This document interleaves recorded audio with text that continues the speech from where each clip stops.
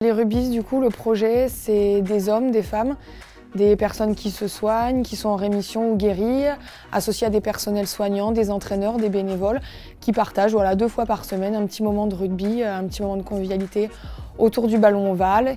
Et voilà, pour les sortir un petit peu de leur quotidien, partager leurs expériences de personnes malades et nous, par exemple, partager notre expérience de joueurs de rugby et puis les aider, tout simplement passer un bon moment. J'ai pu assister à un de leurs entraînements et c'était génial, on avait une dizaine de personnes. Tout le monde a partagé ce moment dans la joie et la bonne humeur. J'ai pu voir un petit peu des personnes qui m'ont parlé un petit peu de tous les progrès qui avaient été faits depuis le début. Donc c'est vraiment top.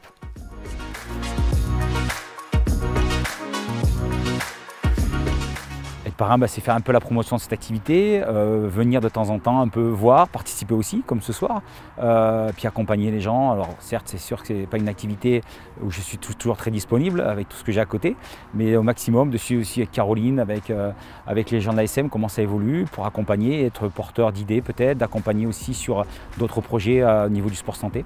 Donc voilà, c'est être présent, montrer qu'on suit, qu'on est motivé, qu'on en parle autour de nous aussi. J'en parle à l'ASM, j'en parle avec mes joueuses, voilà, tout le monde est au courant de cette action, des bienfaits de cette action, de cette beauté de cette action, et puis tout le monde a envie de voir un peu comment ça fonctionne aussi. La première était un peu biaisée avec le confinement, on n'a pas eu plus beaucoup de faire promotion, donc je sais que ça commence à bien parler au niveau de Jean Perrin.